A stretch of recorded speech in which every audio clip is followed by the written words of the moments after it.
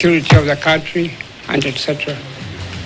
My very humble submission, my Lord, so far as possible, let people say what they want to say. It's a healing process.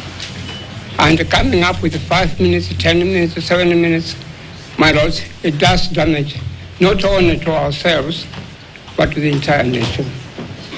It is the nation we are concerned about, all of us.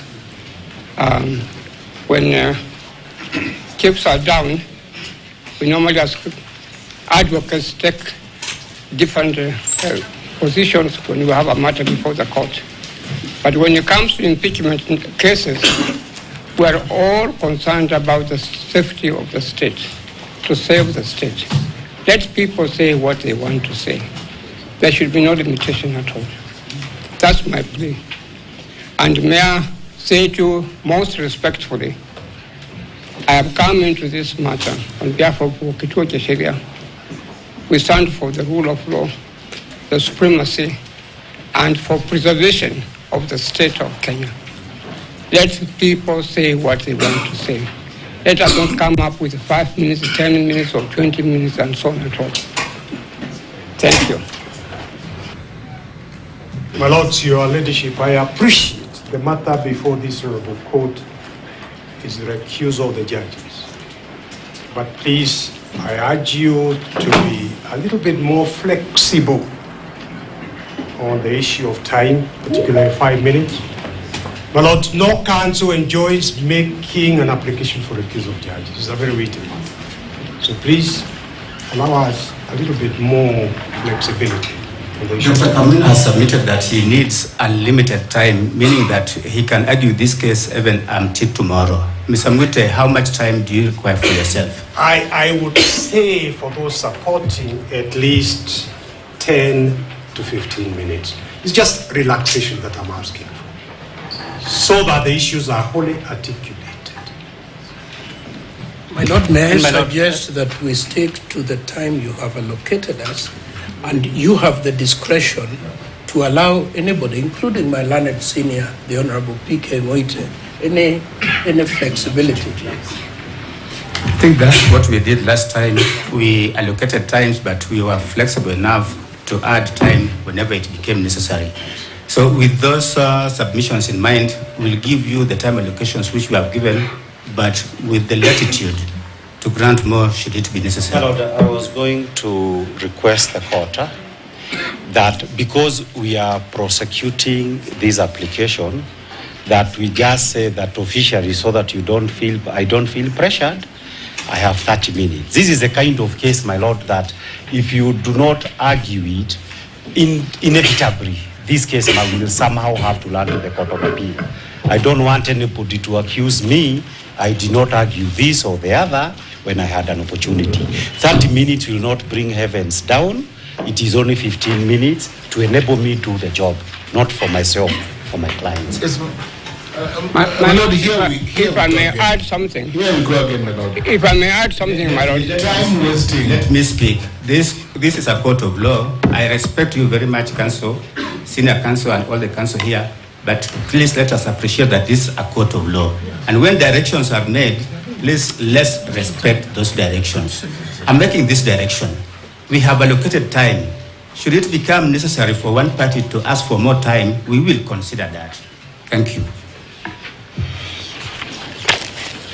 My Lord, the first application in which we have filed these documents in the file officially called petition number E015 of 2024 is an application dated 21st of October 2024.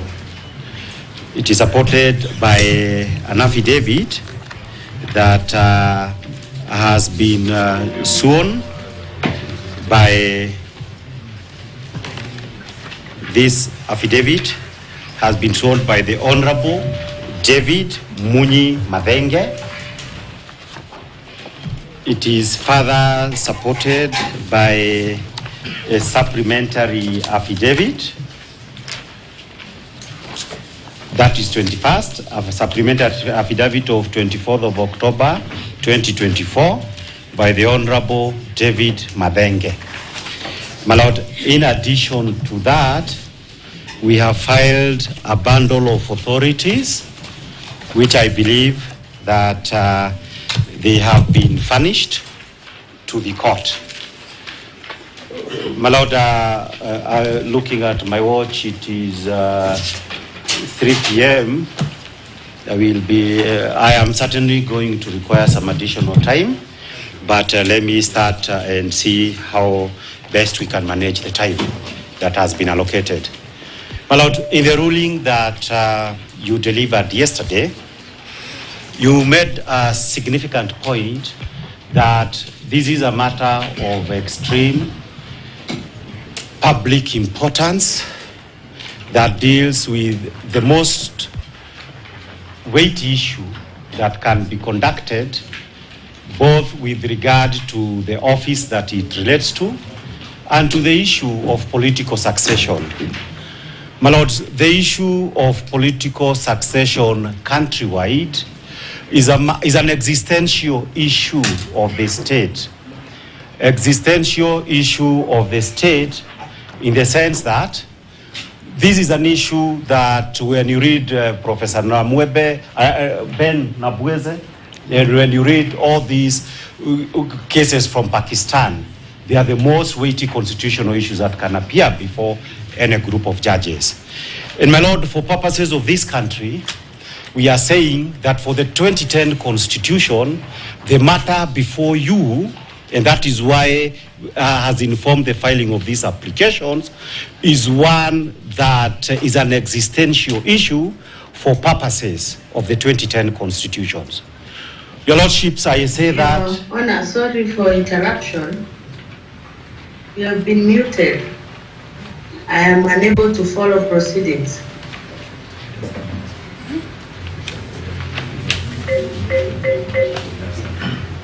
Okay. Now it's okay.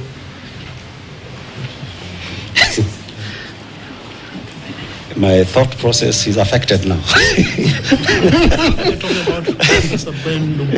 Yes, my Lord. So I was submitting and saying that it is an existential issue for 2 reasons, my Lord.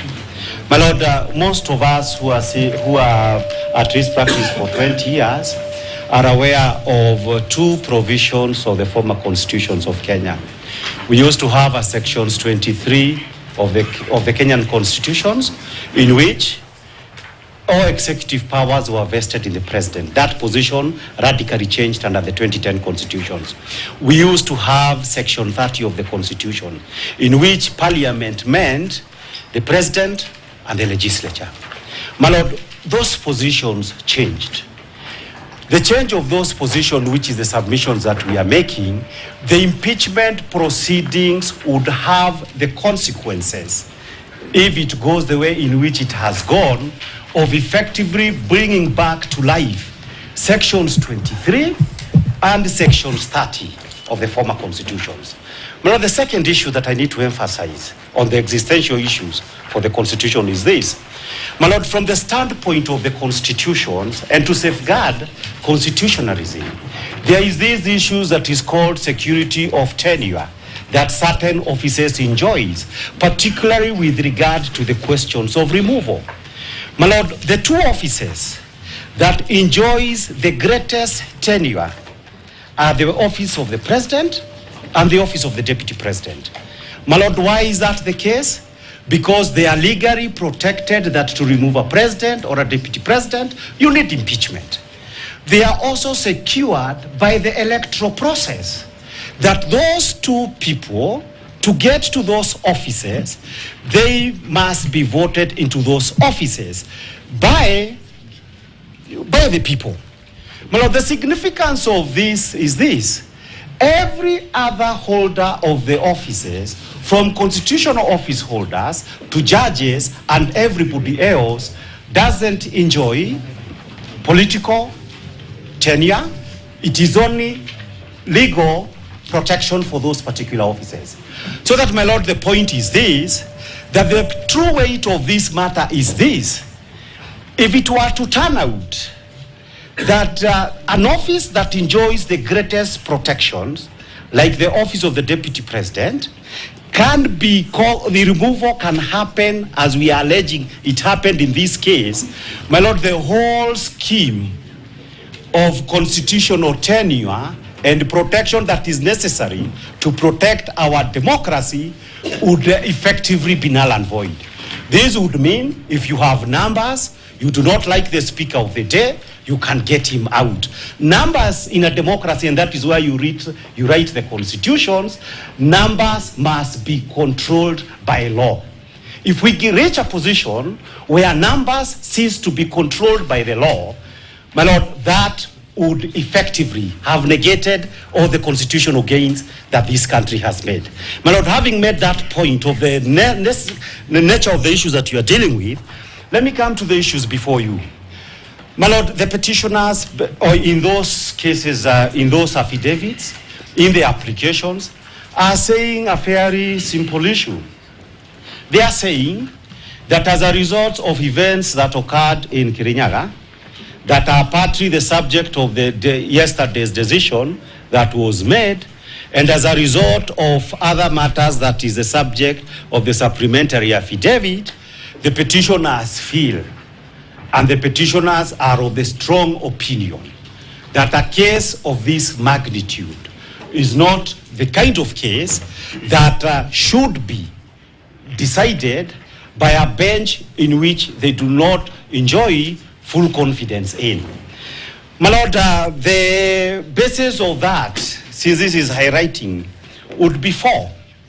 My Lord, on the first issue is that the petitioners, and in the applications that they did, and is a subject of a ruling, they pointed out certain issues that brought into question the issues of the transparency, the proper accountability for purposes of the handling of that particular file.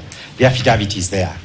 And then, according to the petitioner, that brought into them some doubts, the manner in which the handling was done as to the impartiality of this particular bench.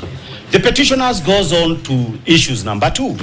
They say that whereas they put in an affidavit setting out the reasons why there was a problem in the manner in which those issues were done, the respondents did not respond to challenge those particular set of facts.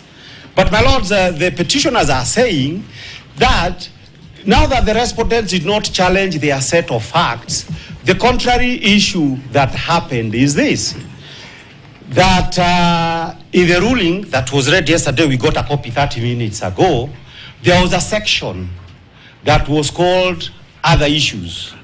In the sections that was called Other Issues, the petitioners are saying that this court answered factual and evidential issues that relates to that application.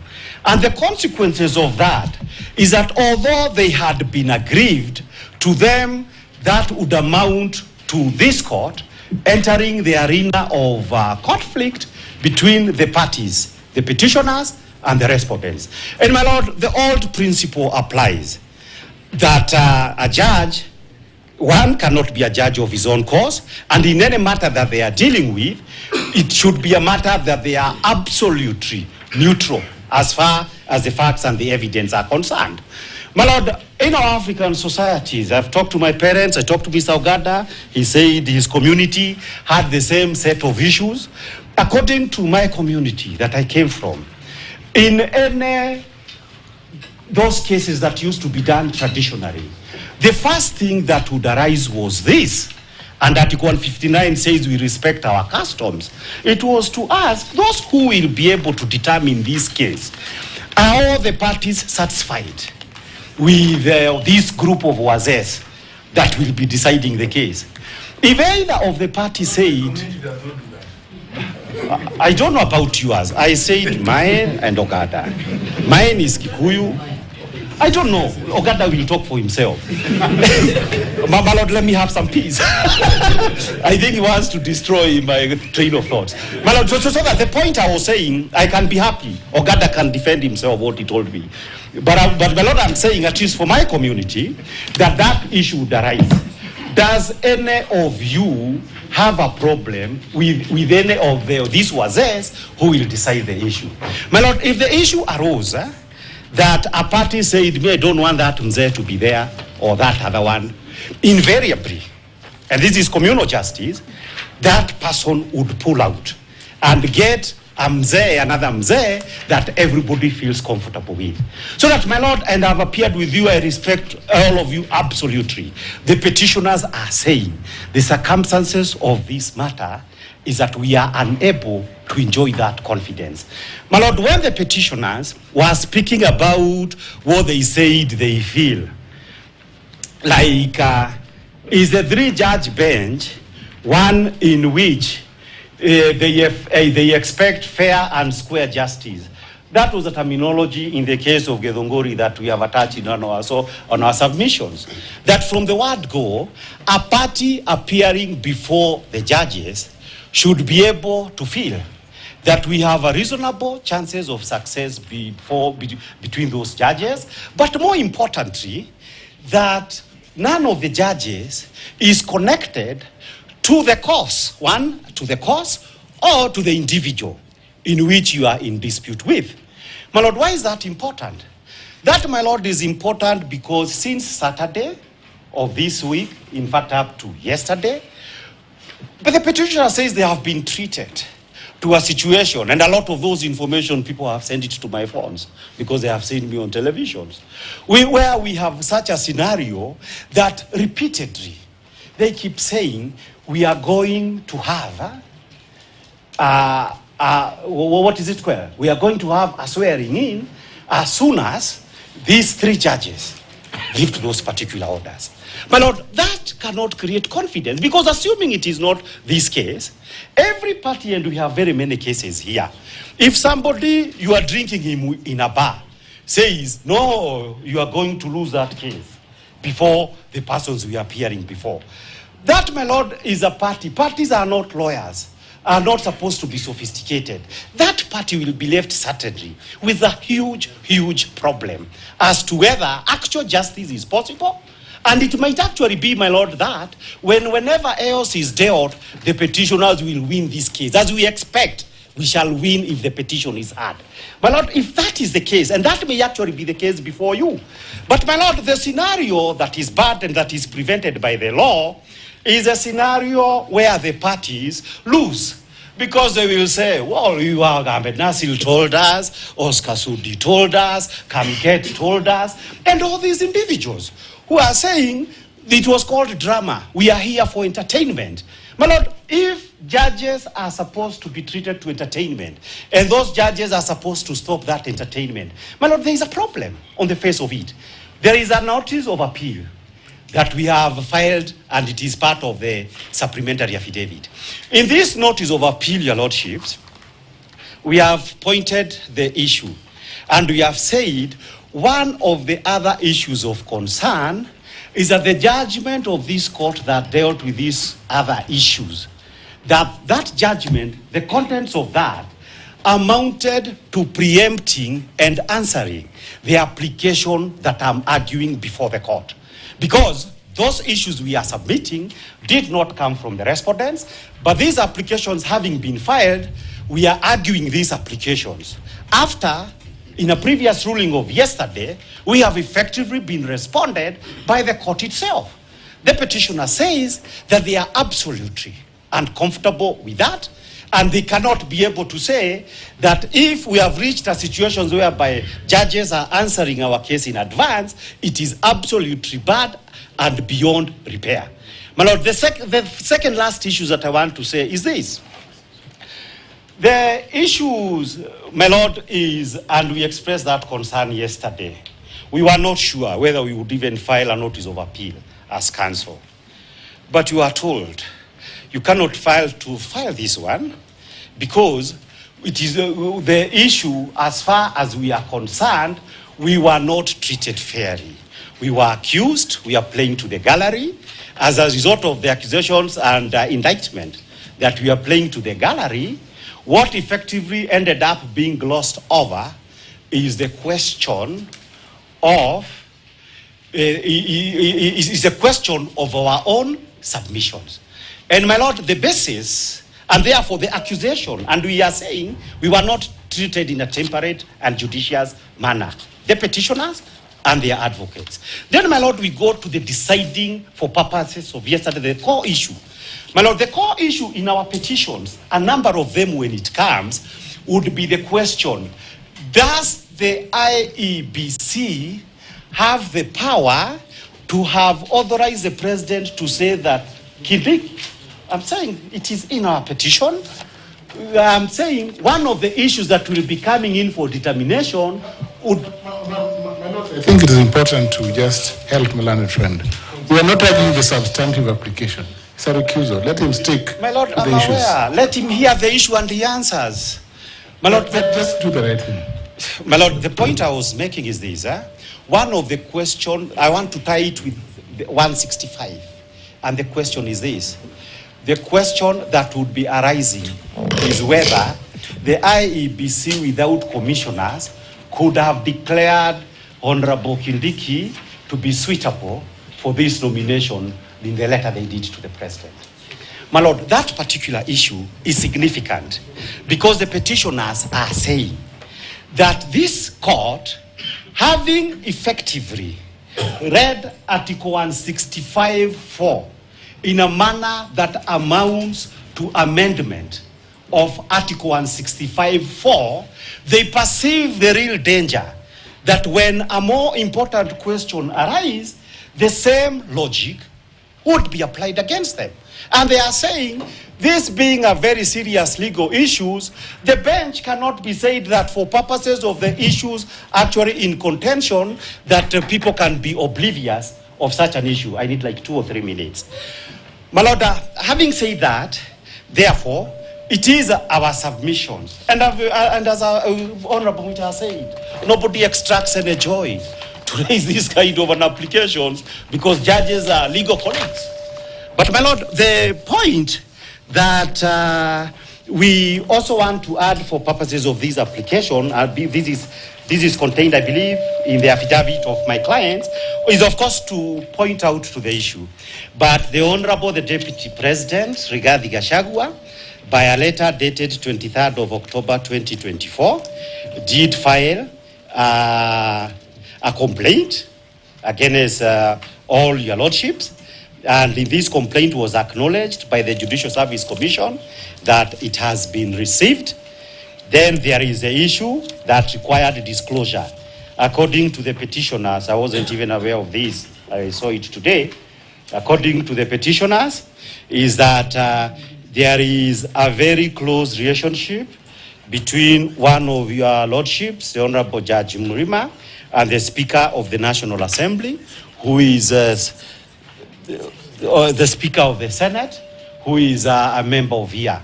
That close relationship, according to the petitioners, is one that ought to have been disclosed so that parties could be able to make up their mind that are you comfortable? And we do that every day. I've actually not proceeded in a number of matters for some of the judges who are my classmates saying, Kibe was this, we were close, we were friends, are you comfortable? That question ought to have been raised. That issue was not raised, and as a result of that issues not having been raised and now having come to public notice, the petitioners are of the view that it would not be proper to be able to proceed in this matter.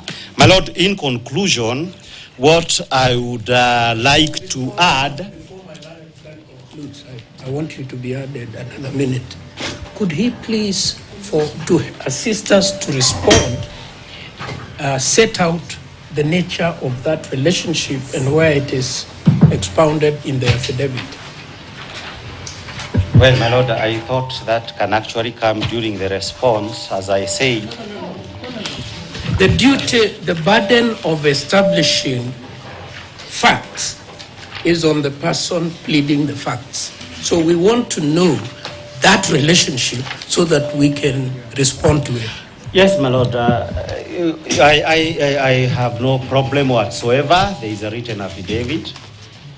My Lord, in paragraph 6 of the supplementary affidavit, it reads as follows. Whereas I was not aware about the relationship between the Honorable Justice Mrima, who is among the 3 judges handling this matter, and the 4th respondent, that is Kingi, it has been brought to my attention that the Honorable Judge and the 4th respondent, Speaker of the Senate, are very close friends as demonstrated as here under.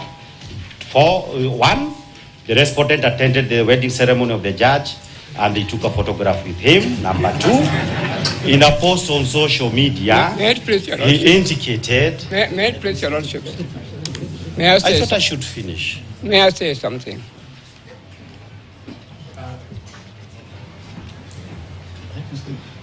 May I say something? Yes. The position that my learned friend, Mr. Kipe, had taken, in my humble submission, was most appropriate. We are not here to destroy professions.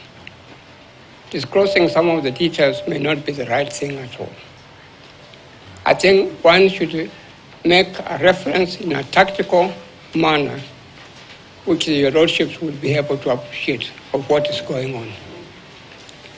I would respectfully say to you that this is an area where we have also to protect the judiciary, the judges and the magistrates, the judicial officers. I'm not very sure that we should have an in-depth account of what really one is complaining of. Thank you, Dr. Kamino. Let me explain that, my lord. There is a new affidavit that has just come online that contains some of these allegations. It wasn't there before, and that's why we sought. Now, you may proceed. My lord, I think I agree with Dr. Kaminwa that unless, because as I said, I am not the source of any of this information or something that came to my knowledge, that I was sticking to what my learned colleague is talking about, unless there is insistence by my learned colleagues.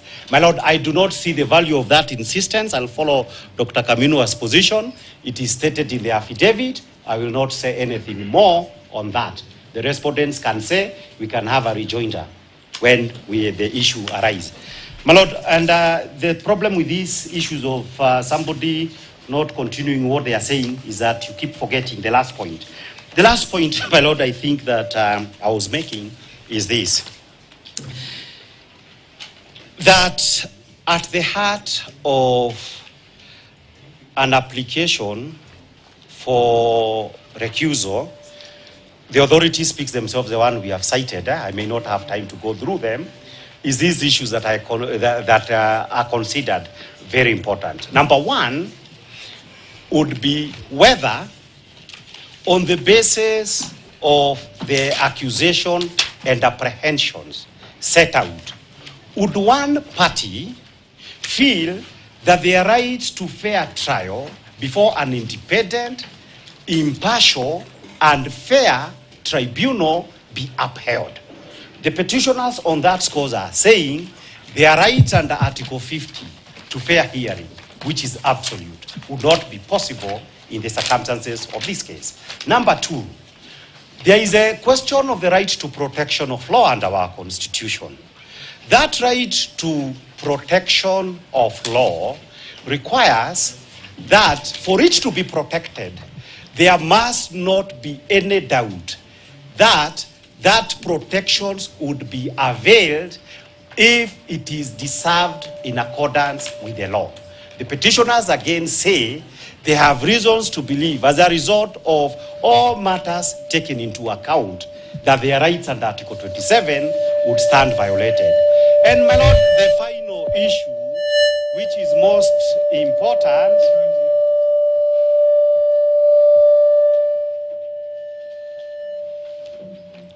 my lord, the final issue, it could not really have been final, but I have to finish. My lord, the final issue that is critically important for this issue is the old notion, the old principle, that justice must not only be done, but must actually be seen to be done.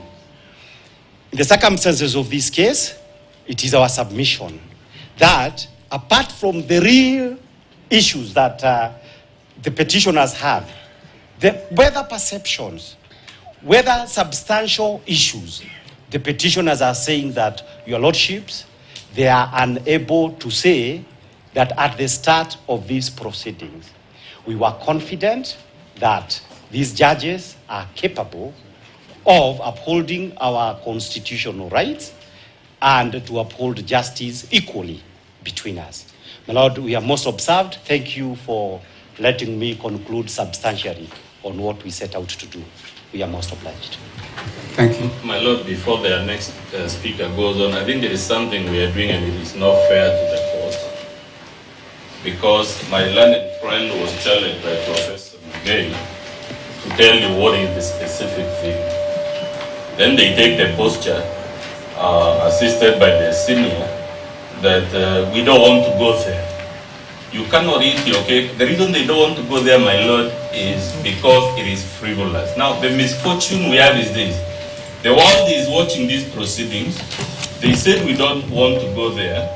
And the typical person watching things, there is something very serious about the integrity of the court that they have raised. When, as a matter of fact, going by the list yet began is that the judge attended the wedding. The judge went to a restaurant. In one of the applications, they said the judge went to some law school. Clearly, we are being unfair to the court. We want to paint a picture, hiding that we don't want to go there, so that the world will be left with the impression that there is something terrible about this.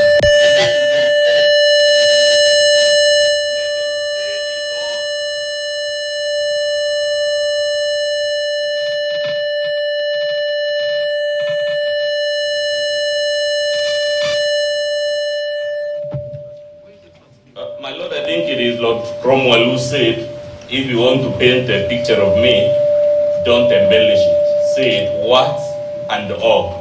If they have any allegations now that we are broadcasting these proceedings to the world, if they have an allegation of any impropriety against any judge, they can't make the claim. For the gallery, then say, we don't want to go there. We submit it.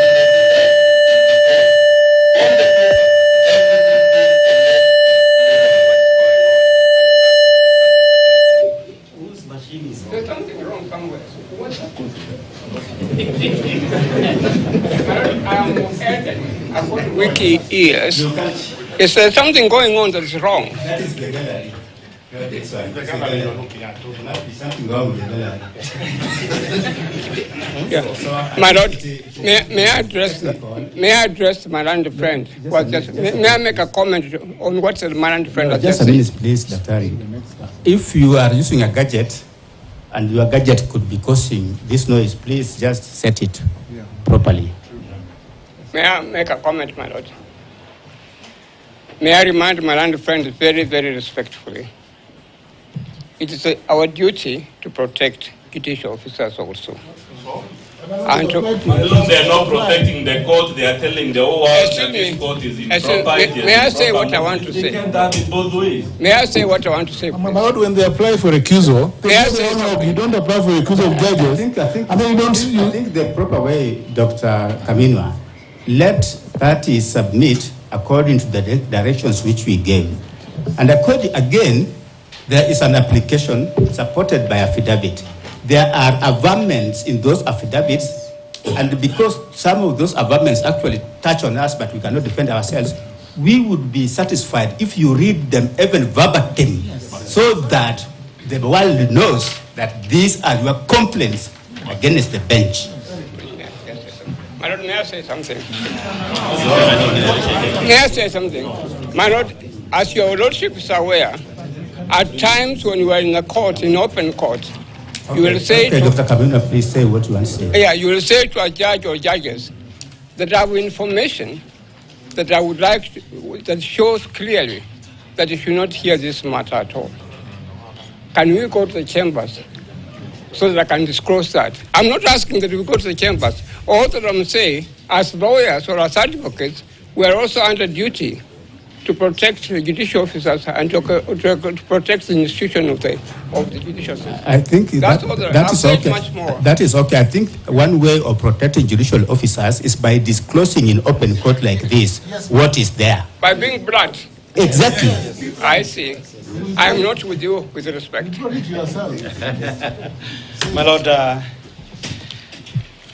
next time, I hope also don't have to say you must do it within 15 minutes, which is what they were trying, then accuse you for not reading everything. Because I have not actually read everything, there are other issues I could also have read. But my Lord, let me read this. My Lord, hearty congratulations to my long-time friend. That was underlined by and the source is Right Honorable Amason Jeffa Kingi, EGH. The petitioners said the issue, and that is the issue that I picked during my submissions, that there is a long-term friendship between the judge and a party. That long-term friendship ought to have been disclosed. I said that. Then it goes on to say, on the occasion of the renewal of your marriage vows with your beloved wife, this is now the evidence that they are giving. You are a true testimony to the belief that spouses resolve to stick with each other through thick and thin. Great things can happen. I wish the two of you the very best in this long journey and pray that God continues to bless this union and imbue with wisdom and patience that comes with marriage and family life. Hongera kakangu. And below there is a photograph where a gift is being given by the Honorable Mr. Kingi, Senator, to the couple of Judge Mrima and I believe his spouse. That is the annexure that was put by the petitioners in proof of the fact that there is a close relationship, a close friendship that under the law ought to have been disclosed, given that Kingi is a very important party for purposes of the case against the Senate, that he botched everything and has come here to defend those impeachment proceedings. I believe my job is done, and because that is all that it says. And that is the affidavit of the petitioners. Unless they need me to read something else, I can sit down. The second applicant.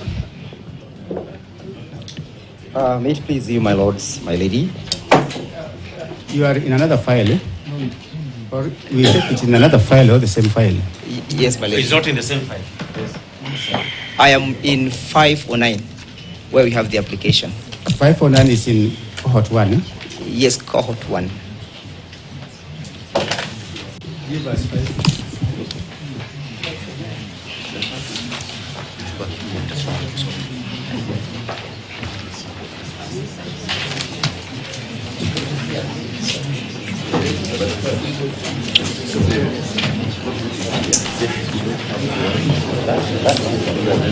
Your Lordship, with profound respect,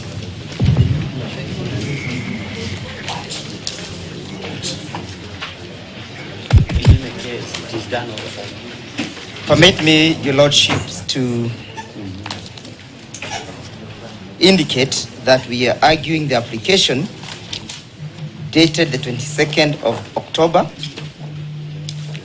with a further affidavit, Your Lordship, having been filed this afternoon through the court's email. And Your Lordship, from the onset, it's with heavy heart, Your Lordship, that we have to move you through these mechanisms. And that, Your Lordship, my submissions are the submissions of my client, and that I am just a vessel for putting across my client's case. Your Lordship, there is a notice of motion that seeks the recusal of this bench. The same, Your Lordship, is supported with an affidavit and an annexure. Equally, the further affidavit is supported by 2 annexures. In my submissions, Your Lordship, I will heavily rely on the facts contained therein. the 22nd of October, Your Lordships, my lady. I'll begin by indicating and relying on the Judicial Service Code of Conduct and Ethics Regulation 2020, and I draw the attention of the court to Regulation 47. Regulation 47, Your Lordship, states that a judicial officer may recuse himself or herself in any proceedings in which his or her impartiality might reasonably be questioned, where the judicial officer, 1, is a part of the proceedings, B, was or is a material witness in the matter in controversy, C, has personal knowledge of disputed evidentiary facts concerning the proceedings, D, has actual bias or prejudice concerning a party, E, has personal interest or is in relationship with a person who has a personal interest in the outcome of the matter, F, has previously acted as counsel for a party in the same proceedings, G, is precluded from hearing the matter, H, a member of the judicial officer family, has economic or other interest in the outcome of the matter in question. A recusal by a judicial. The petitioners were condemned in a wholesale, in disparaging language coming from the bench, a language that indicated prejudice or bias on the part of the petitioners. It was indicated by the bench, Your Lordship, that despite the heavy submissions, the authorities that we quoted, we were not addressing the bench, but addressing the gallery. It is so prejudiced, Your Lordship, that such perception on the part of the petitioners culminated into the court not even taking note of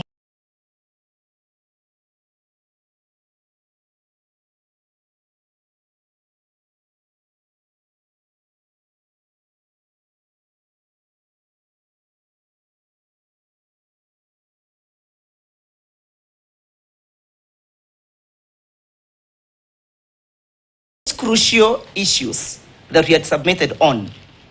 For example, despite the law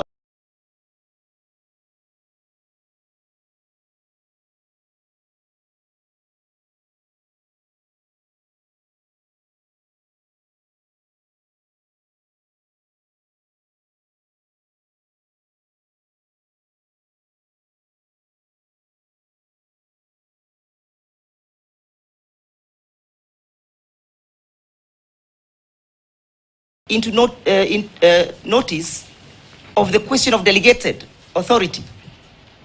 It is to consider submissions, Your Lordship, that had it not been for the bias and the prejudice that the court has on the part of the petitioners, such would not have escaped the mind of the court.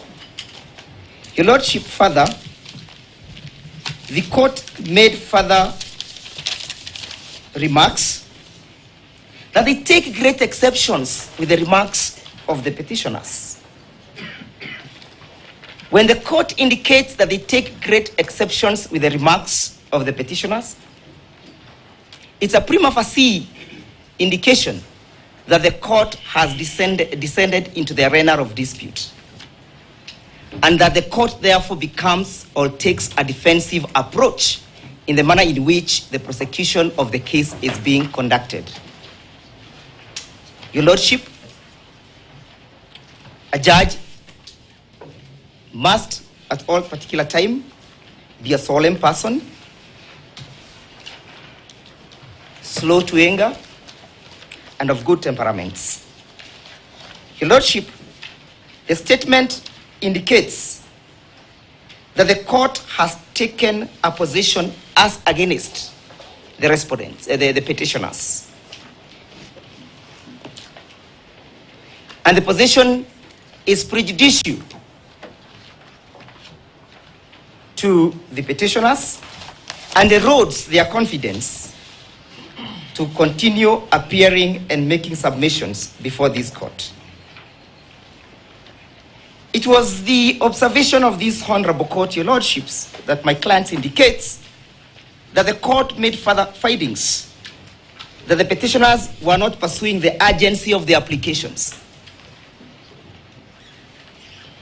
What a reasonable man, a bystander, a fair-minded person, listening to these statements, internalizing them, will come to a conclusion that the court has taken a hard position on or against the petitioners. The test of a fair-minded person, your lordship. My lord, we really hate to intervene, but my colleague, if he is added time for it, it's okay. But let him tell you how, yes, the ruling you issued will be a basis for an application that was filed long before that ruling. Your lordship, if he may be patient, you'll have his chance to bite the cherry and respond in that manner he so thinks that he should. Your lordship,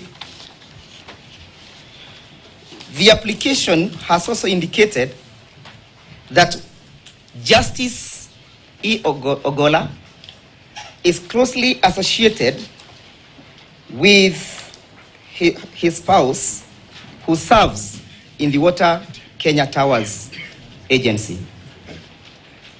The averments of our clients, your lordship, is that this is a matter that ought to have been disclosed at the inception of the proceedings. You mean the judge is closely associated with the wife? No, I didn't say that. No, I didn't say that. That is not my statement. What is it that you said before? Repeat for the record. May I repeat for the records so that the court may not again misquote me? Your lordship, the spouse of his lordship, one Florence Oluoch Auma. You respond to that issue? Yes? There's a disposition to that? Yeah, there is a disposition to that issue, your lordship. That Florence is the wife? Yes, there is. Paragraph? Yes, paragraph.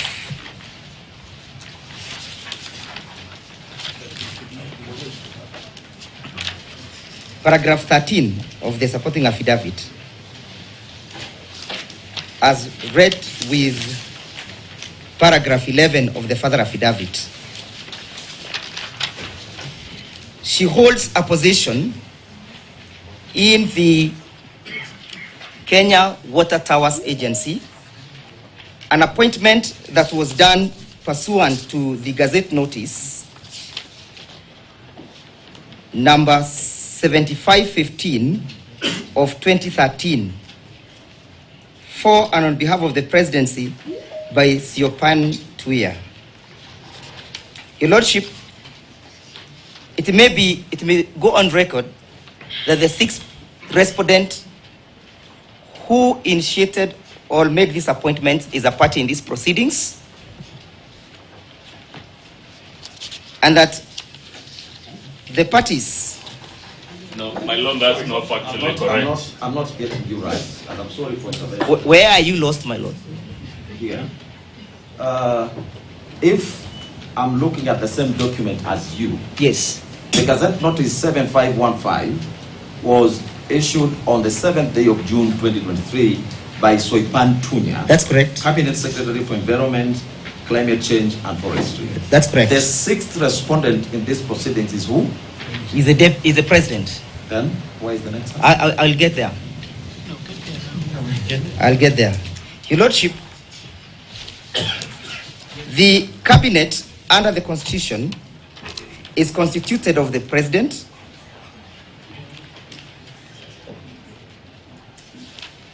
and the cabinet secretaries appointed thereafter, and the deputy president of the Republic of Kenya. That Siopan Tuya is an agent of the presidency.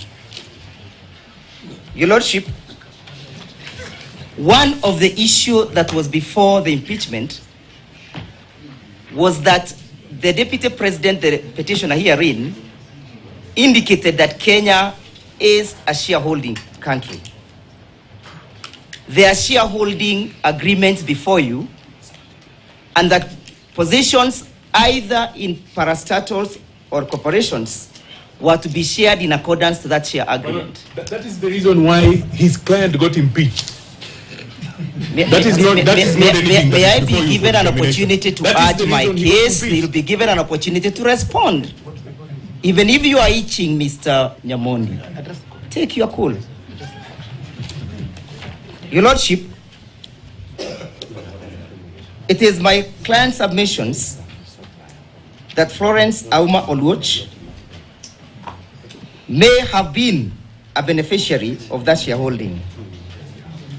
Your Lordship, finally, Your Lordship, we have... Just a minute. It is extremely unfair and unjust, especially for an advocate to mislead or what you have said to play to the gallery. Can you read paragraph 12 of the affidavit? So that he does, no. Yes. Let's hear it from him, where he says that the said board is chaired by the president, who has... So can you kindly do it properly so that you don't... I'm sorry, I'm not an excuse me. No, excuse me. No. Hold on. Your honors, your ladyship and my lords, they will have time, as you said, to respond and say all these things. If he's saying nonsense, they'll stand up and say so. But this constant interruption is intended to derail this hearing. Let them respond when their time comes. Yes. And stop bullying people. And we uphold the condescending nature of the respondents. Yeah. Everybody here has been instructed by a client either to speak sense or nonsense. So, that being the case, the condescending attitude is completely objectionable. And everybody should take their seat and use their time with the sense. If sense can only come from them, they do it during their time. Thank you very much. Can I finish? My Lord, may I be protected to urge my application and the respondents be granted an opportunity to respond? This is what I was saying. You will have your time, Worship, you are to respond. But please, this is the application being presented. Let's not have a fee. It has been served upon you. My lady and my lords, just permit me to say one thing. Just one thing. Your Honor, if I'm allowed to just say something. Just a minute, Counsel. Just a minute, Counsel. Applicants finish their case and then people will respond. Because this interjections is just going to affect the conduct of the proceedings. It's very unfair. Let everybody have a chance. Each person has 10 minutes, others have 5 minutes. Let them utilize their time. But these objections in between is unfair and it's affecting the flow. That's the fact. Come to court and say that. My lady and my lords, this is what I want to say. Just a minute. Order. Can we have some order? Can we please have some order? Harvey, you may proceed. My lord, a judge is first an advocate and second an advocate. We are all here advocates. My plea is we conduct these proceedings. Advocate, we are all here advocates. My plea is we conduct these proceedings.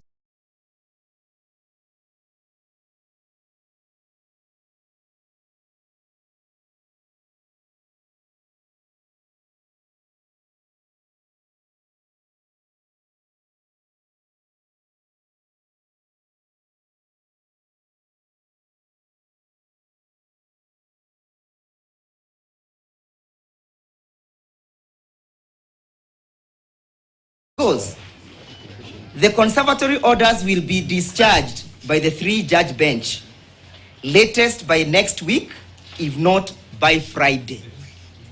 Even as we approach you, Your Lordship, the perception out there is that this bench is part of the conspiracy. Ahmed Nasir is not the law. Your Lordship. He speaks not to the law. Ahmed Nasir has also an affidavit. He is not a witness, my lord. How does Ahmed Nasir, and we have 64 senior counsel, how does Ahmed Nasir, how can his tweet inform submission before this court? May I answer that, Your Lordship, to the good professor, that we are speaking about perception. The standard of a bystander, the reasonable man, a fair-minded man in the status and the character of a senior counsel, Ahmed Nasir says, and the president's lawyer says, we cannot receive justice. That is the standard. Ahmed Nasir says that this court will quash. Mr. Ochienda, you have your time to respond. No, but the point is, he then speaks in your favor. Pick that line. You will not teach me how to submit. You will pick the line that you so wish. For me, I am saying, Your Lordship, that the perception out there is that this bench has been constituted as a conveyor belt. Finally, Your Lordship, this court will remember that on the 16th of October, we moved the court for a mention on the 18th. The court declined to grant that mention and slated our file to be mentioned on the 29th of October. But when they were moved by parties in these proceedings, the court was generous and gracious enough even to sit on a weekend, to sit on a Saturday. Noting that we were before you, you slated our matter for the 29th, and never saw the urgency. Your Lordship, how can a fair bystander be convinced that this court will dispense with substantive justice? How can it be said that this court is impartial? Your Lordship, the question of a spouse being linked to a judge, as indicated by Rules 47, is of paramount importance, and it's something that cannot be ignored. Why didn't the court disclose to us? Why did the court conceal? If the court can conceal such kind of apparent evidence, what else is it capable of concealing? Your Lordship, permit me to indicate that in our affidavit that would wish to expurge paragraph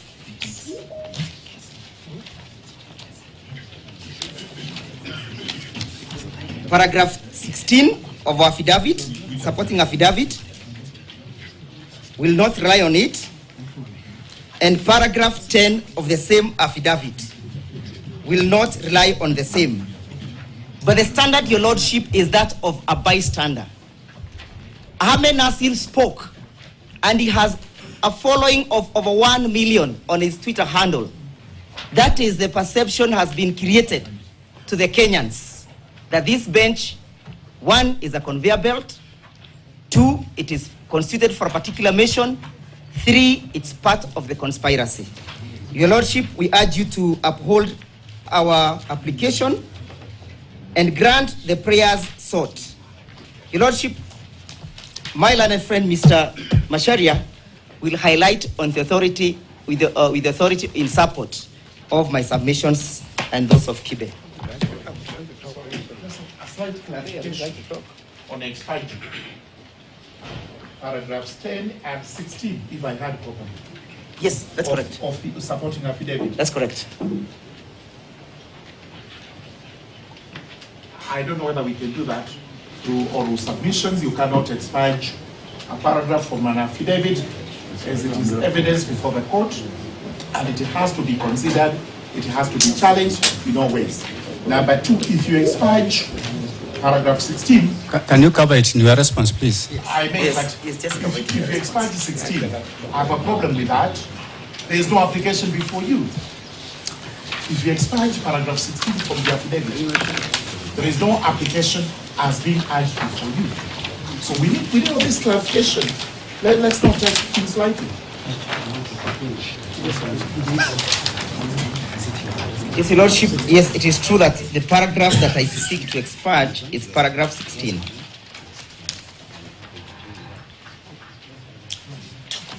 I would like to address the court, Your Lordship. I would like to address the court.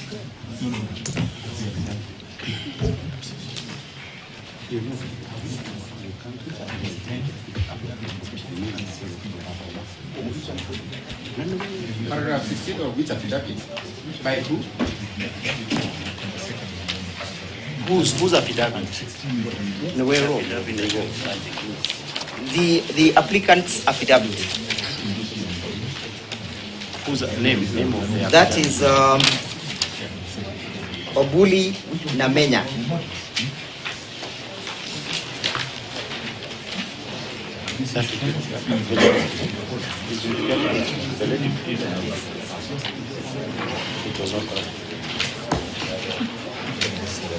Say in other words, you are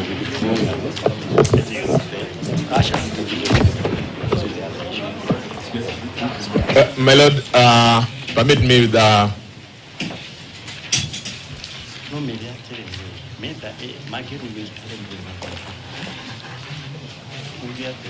Perhaps, my lord, I think because we have to be fair to the court, my colleague has to be candid and confirm to the court. The reason he is withdrawing that paragraph 16 is because the claim there is factually false.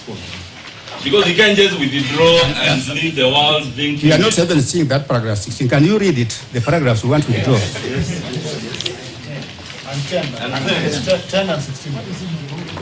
Your Lordship, are you having the same application? Read as paragraph 10, which we want to withdraw, and paragraph 16, so that we can consider if it can be withdrawn.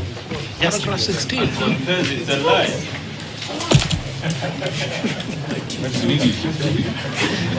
Give Mr. Degwa, my lords, your leadership, the opportunity to finish his submission. Yes. Let him read those paragraphs, yes, so that we can sit down. No, I agree.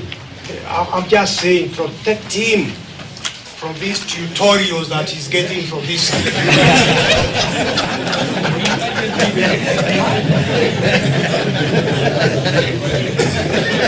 Order, please.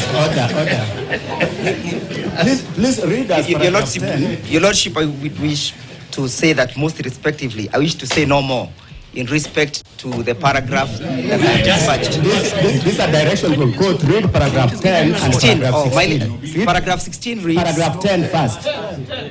May I have some peace, Your Lordship? No. Listen. How many people are in conduct of these trials, Your Lordship? Listen. Who is in conduct? Listen. Bana Njiru. Yes, Your Lordship. I'll read. You have applied to expand paragraphs 10 and paragraph 16. Yes, Your Lordship.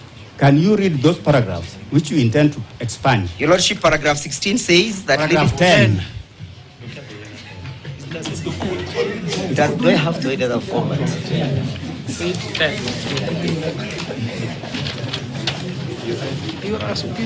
And Your Lordship, may I take note that these paragraphs have been expunged? One, we have not expunged those paragraphs. That I have made an application to expunge them.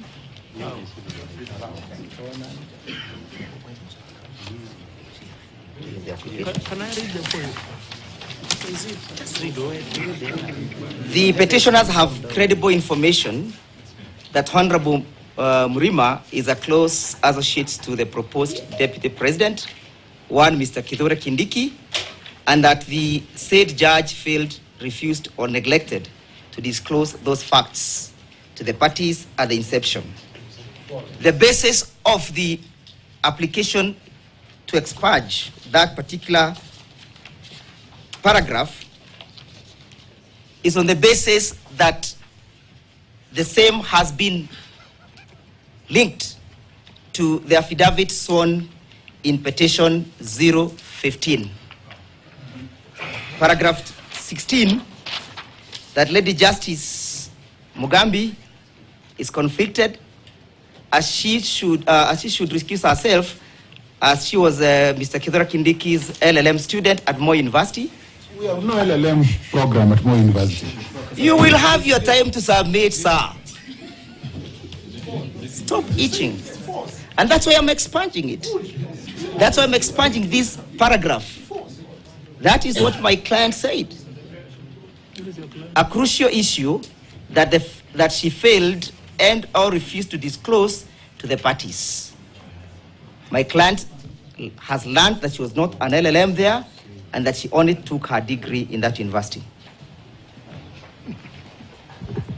We have no objection to anything being expunged, subject to the court observing that if this witness has lied about these two issues, what else has he lied about?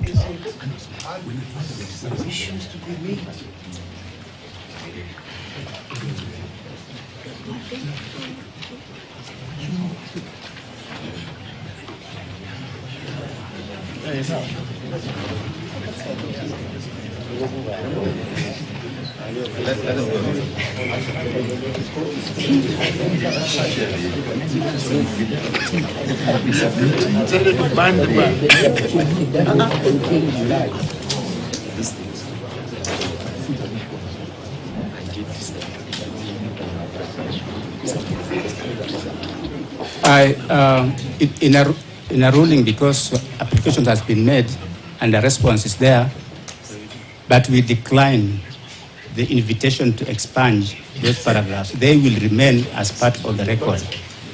We are most obliged.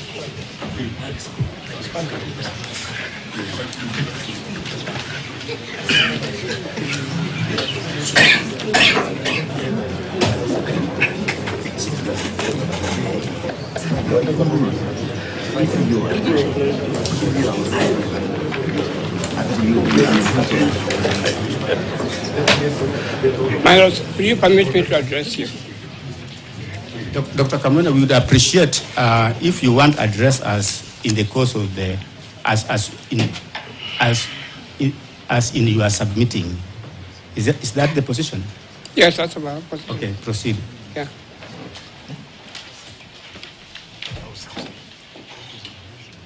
What is the position? My Lord, my position is this, is that if there is a party... Are you supporting the motion? I'm supporting my land friends, complaint Lebu and Jiru, and my land friend, Mr. Kipe. You need to go first. Hmm? Let them go first. Oh, they go. You want to go first? Yes. Hmm?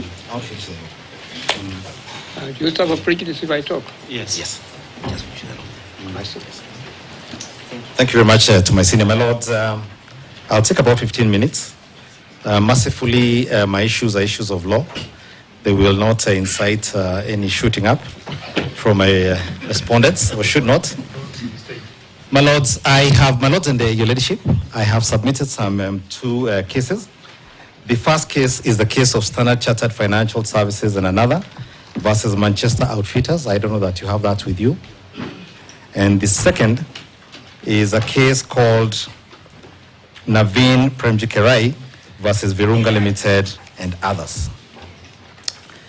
In the case of Standard Chartered Financial Services Limited versus Manchester Outfitters, and this remains, as far as I'm aware, the first case where the Court of Appeal reviewed a judgment, a concluded judgment, set it aside and varied it. And the only question before that court that led it to this decision was the question of bias. I invite my Lords and your Ladyship to paragraph 1 of the decision, where the court says as follows, in trying to frame the seriousness of the issue. And I'm reading from the second line. It is a rare application in which the applicants seek to have the judgment of this court reopened, re-examined, declared a nullity, set aside, and the appeal had afresh. I invite you now to go to paragraph 9. We've done back-to-back photocopying, but if you look at paragraph 9, in the middle is in bold the words Jasbir Singh Rai and two others versus Talukan Singh Rai. And the court is saying what it held. And it says this. During the pendency, my Lords and your Ladyship, are you there? In the middle of paragraph 9, during the pendency of the applicant's motion and the respondent's preliminary objection, this court, in a 5-judge bench decision in Jasbir, and they give the whole case there, held inter alia, that it was only mandated to hear and determine appeals from the High Court and could not revisit its own previously concluded decision, nor did it have powers to reopen and rehear a finally concluded matter.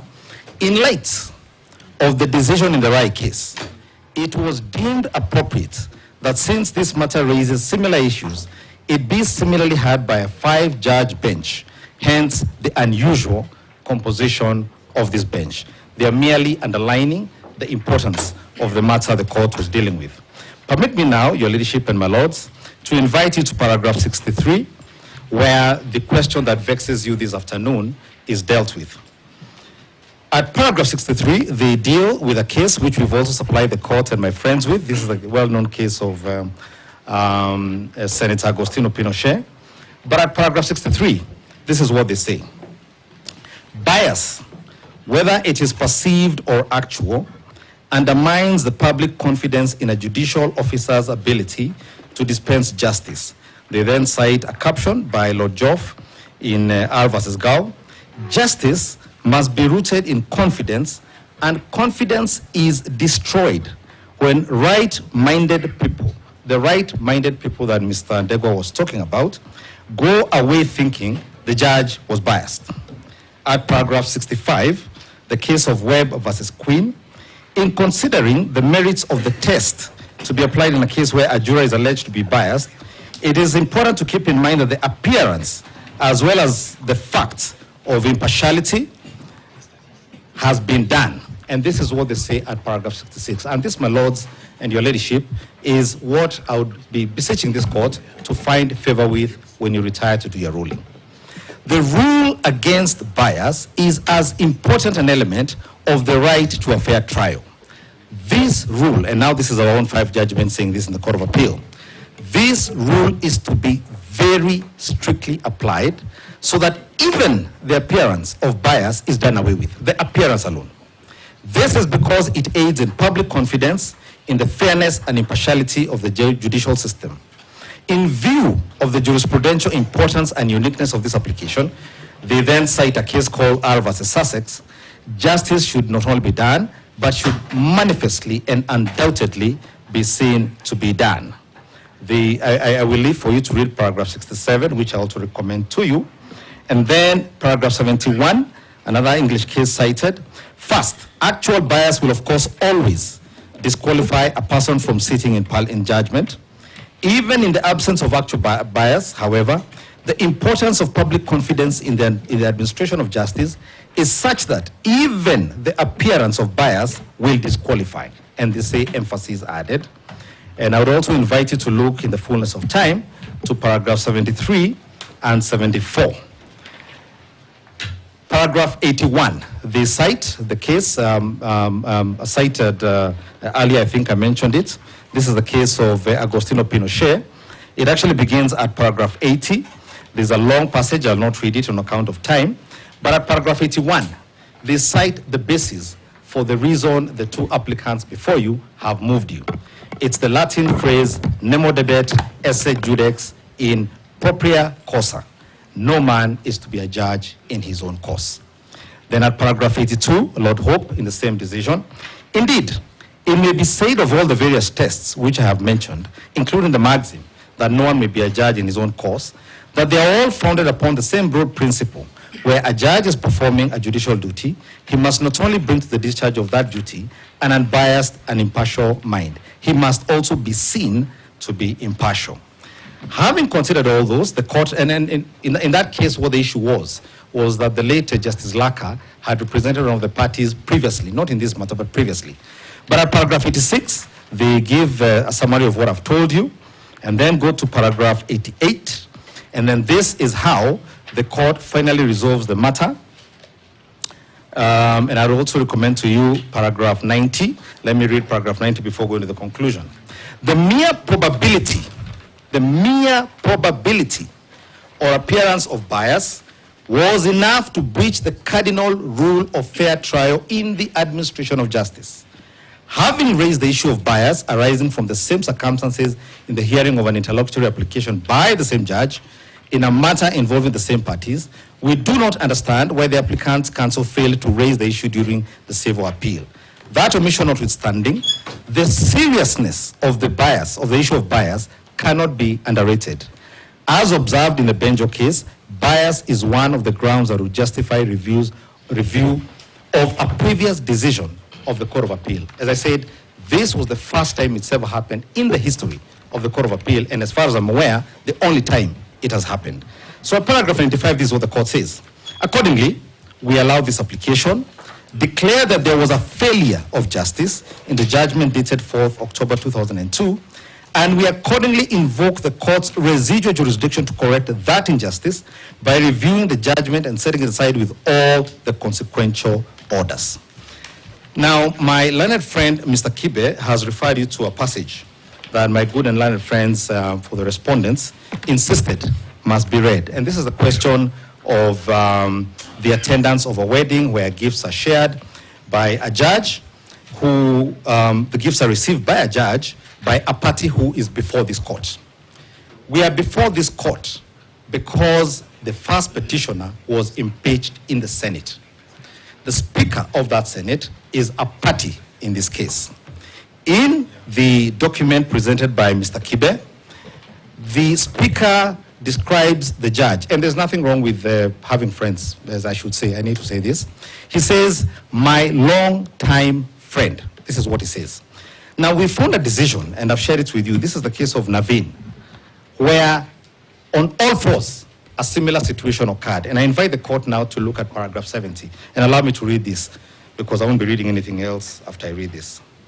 This is what the court, this, as I said, is Naveen Kerai versus Virunga Limited and others. I begin to read. I say paragraph 70, please forgive the coloration of the authority. And this is a 2022 decision. So both the Standard Chartered case and the case before you were determined under the current constitution. And as I'll be demonstrating here, they also took into account the judicial code of conduct. I'm reading from paragraph 70. In this matter, the third respondent declined to recuse himself. This was a matter of an arbitrator appointed under Article 159, declined to recuse himself on the basis that the relationship between him and the counsel for the first and second respondents was a professional one. This court, however, takes judicial notice of the fact that in the Kenyan context, invitations of colleagues to weddings is extended to those that one considers close, and such invites are not extended to all and sundry. Had that been the case, then the third respondent could have as well extended the invite to the counsel for the applicant, who is an advocate just like him. Given the circumstances, this court arrives at the inevitable conclusion that apart from being a professional colleague, the third respondent and counsel for the first and second respondents are friends. And that is the perception that any reasonable, objective, informed member of society would reach based on the circumstances of this case. I continue, paragraph 71. As counsel for the applicant stated, it is common knowledge that there is the custom for invited guests to give gifts at a wedding, exactly as happened in the case Mr. Kibe showed you. In this case, apart from the third respondent and the counsel for the first and second respondents, the applicants and their counsel will never know if the counsel for the first and second respondents was a gift-bearing guest at the traditional wedding or not. In this case, we know, because the photograph depicts a gift. It, however, boils down to the failure by the third respondent to disclose to the applicants and their counsel that he intended to invite the counsel for the first and second respondents to his traditional wedding and seek their views on the same. I need to emphasize that the real issue here is not that a wedding was attended. It is that that issue was not disclosed prior to the hearing and dismissal of an application in this matter and the continued conduct of these proceedings. I continue. Bearing in mind the final nature of arbitral awards, which can only be set aside upon a litigant satisfying the conditions stipulated under Section 35 of the Arbitration Act, the need for disclosure becomes even more critical. Paragraph 72. In S versus Roberts, the court stated that the apprehension be that of the reasonable person in the position of the litigant, and that is based on reasonable grounds. I continue at paragraph 73. The counsel for the first and second respondents has stated that since he and the third respondent are arbitrators who have served at the Chartered Institute of Arbitrators, Kenya branch, as chairman and vice chairman of the institute respectively, during the same tenure, they were bound to interact or have interacted in the Chartered Institute of Arbitrators events, trainings, board meetings, and members' welfare gatherings while discharging their professional mandate. I do agree that the above events are professional in nature. However, weddings are personal events where families, friends, and close colleagues are invited. The lack of disclosure by the third respondent that he had invited the council for the first and second respondents to his traditional wedding is one that leads to the perception of bias. Due to the failure to so disclose on the part of the third respondent, it has led to an erosion of the confidence that applicants have that he will be neutral when it comes to the hearing and determination of the arbitral proceedings before him involving the parties hearing. In conclusion, this court holds that there was lack of transparency on the part of the third respondent, and he should have done the honorable thing when he was requested through an application to challenge to recuse himself from the arbitral proceedings in nature. This court finds that the justifiable doubts have risen as the third respondent's impartiality and independence, and the same have been proved by the applicants. This is a decision, and the only one we could find that addresses on all fours the issue that confronts these courts. I ask this court to find favor with this decision, to recuse itself, and I do so with tremendous respect. It's just that the nature of the matter, the nature of the issues, and the perception as such as are captured in that decision. Recusal would be the only thing that would do justice to not only the applicant before you, but to the court itself. Thank you for the privilege of your attention, for your time. Unless you have any questions, I'll rest at that point.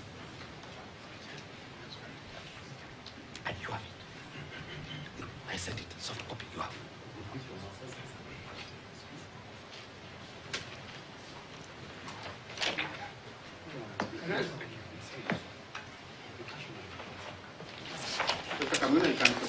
Yes. My Lord, it is my humble submission that your lordships must exercise flexibility. The usual case law relating to recusal is inapplicable in the instant case. As a matter of fact, if I may say to you very, very respectfully, if there are parties, and indeed there are, who do not want or who do not wish to see you hear this matter, please walk out. You are not the only judges in the country at all. Let another panel of judges be appointed to hear this matter.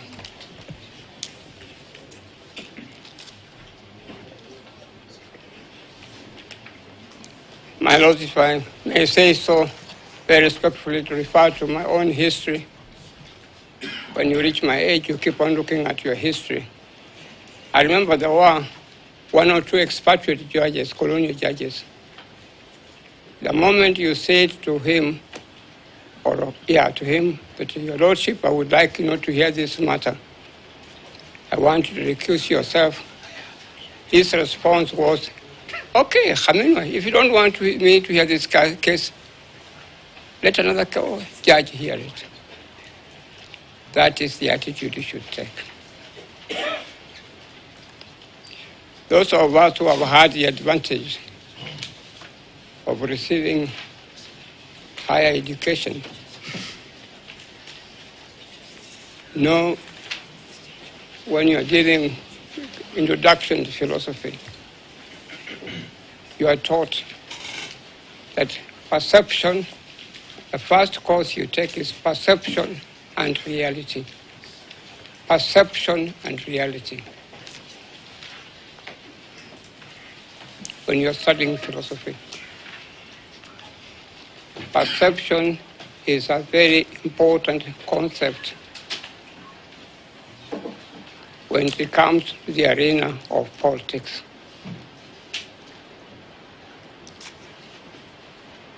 Reality may be completely different. And indeed, I believe it is different in the case before your lordships. I appear before you very often. I've never entertained any idea about your standing in relation to justice. But the perception now that has been painted by my able, learned friends, clients, Mr. Ndegwanjiru, Mr. Kibe, and Mr. Macharia, that there is a sizable portion of the Kenyan population which will not be happy to hear you sit and listen to this case at all. And may I remind your lordships very respectfully, impeachment is politics of the country. There's no way you can move away from that at all. I would respectfully refer you to a book I've taken the trouble to read. Your Honor, sorry for the interruption. We are muted again. So that we follow the proceedings. I wonder why it has happened in respect of Haminu.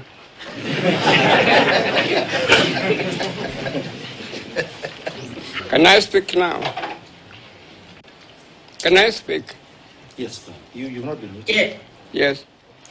Your Honor, there is a book here, Politics of Presidential Impeachment. Politics of Presidential Impeachment. I've taken the trouble during the weekends to read this book. Impeachment is politics of the country. There is no way you can remove it from the politics of the country at all.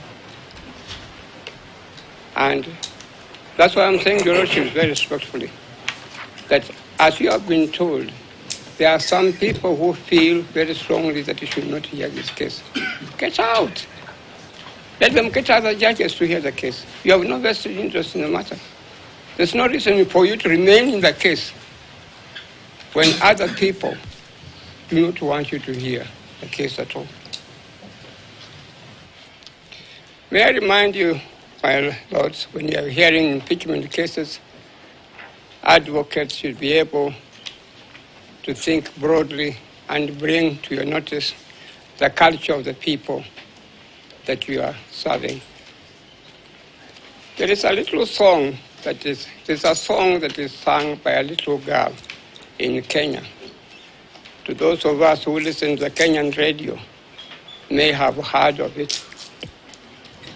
He says in Kiswahili, Kenya ni nchi ya watu akili kidogo. He sings very beautifully. Kenya ni nchi ya watu kidogo. Na wanataka kitu kidogo ndio wafanye kitu. Majority of our people are not the people who are in this courtroom at all. The majority of our people are people who have not had the advantage of receiving the education, the training that the judges and the advocates and the members who are in this room at all. And as one of my learned friends very ably pointed out, majority of the people believe that the case before you has been engineered by the politics of the country. Indeed, if some of them believe that your lordships cannot hear them, again, I say to you very, very respectfully, you stand to lose nothing. You better leave the case, let other people hear the case, and you will continue to maintain your name. My lords, to go back to the politics of impeachment, this matter was first heard in the National Assembly. The National Assembly very overwhelmingly stated that the Deputy President had been impeached. It was then referred to the Senate, and the Senate again stated very overwhelmingly that Deputy President was guilty and convicted him accordingly. My lords, the stories that one hears in the streets of Nairobi, the stories that one hears elsewhere, you cannot afford to ignore it. Stories like members of parliament were each given a handsome amount of money. That may be so or may not be so, but it doesn't matter. They have made their point that members of parliament received bribes and they handed down a decision which majority of people believe that it was a corrupt decision. You cannot afford to ignore that. Now, when you go to the Senate, you are told the same thing, that the members of the Senate received money in what is called, is it white bahasha or something of the sort, white bahasha. They received money from known people. Again, you cannot afford to ignore that at all. Now, when they come to the judiciary, they expect the best. They expect people who have got integrity. They expect people who can hear them and whom they cannot suspect at all. But if then they are suspecting some people, whether truthfully, whether honestly or not, it is my humble submission, the natural thing as a judge, if I was sitting where your lordships are sitting, I would say, as Khaminwa, I'm walking out. Do not sit. It is the judiciary that people have got confidence in. And if I may remind you, your lordships, very respectfully, it is the judiciary that people of Kenya actually have respect for. It is the judiciary, the judges, that people think that can do good in Kenya. When we had a problem in the year 2007, it is the judiciary that saved the country. When we had a problem recently during the time of President Uhuru Kenyatta, and the matter went to the Supreme Court, it is again the judiciary that saved the country. Now, if you find that people now are questioning the very institution of the judiciary, it is my humble submission that as a judge, just move out. Say, thank you, I'm moving out. That does not necessarily mean that there is something wrong with you at all. And as I've said, my lords, I've spent many years appearing before your lordship, Mr. Justice Ogola in Mombasa. At no time did anybody ever open his mouth and say to me that, Khaminwa, this Justice Ogola is this, is this, is this, is this. Nobody ever did it. My Lord, Mr. Justice Murima, I've had the privilege of appearing before you in many cases. There are cases where you have given me rulings. There are cases where you have not given me orders at all. But at no stage did I ever entertain an idea that there's something wrong with Justice Murima. We have confidence in all of you. But now we have this concept of perception. There are some people who feel very strongly that Justice Ogola should be out. Justice Murima should be out. And let the judge, may I say, I'm leading you, I'm not discriminating against you. I'm one who has fought for rights of women. And I kept on shouting very loudly that we want women judges. I have not had the fortune of appearing before you very often. Sorry, my memory is letting me down because of the age. Yes. But my lords, may I say, I have had the opportunity of appearing before you. And may I say this, my lords, if you go and check Judicial Service Commission records, you will not find a single letter from John Khaminwa complaining against any judge. I have never done such a thing at all. It's because I've got confidence in our judges. I've got confidence in our magistrate that they deliver justice. But I'm just saying you, my lords and my lady, if at this time we have some people who feel very strongly in the camp because that they may not get justice before you are told, please walk out. Don't continue to hear the case. And indeed, the people who are saying that your lordships or my lady should not hear this case, when they are speaking, you cannot really criticize them. They have got some valid complaints.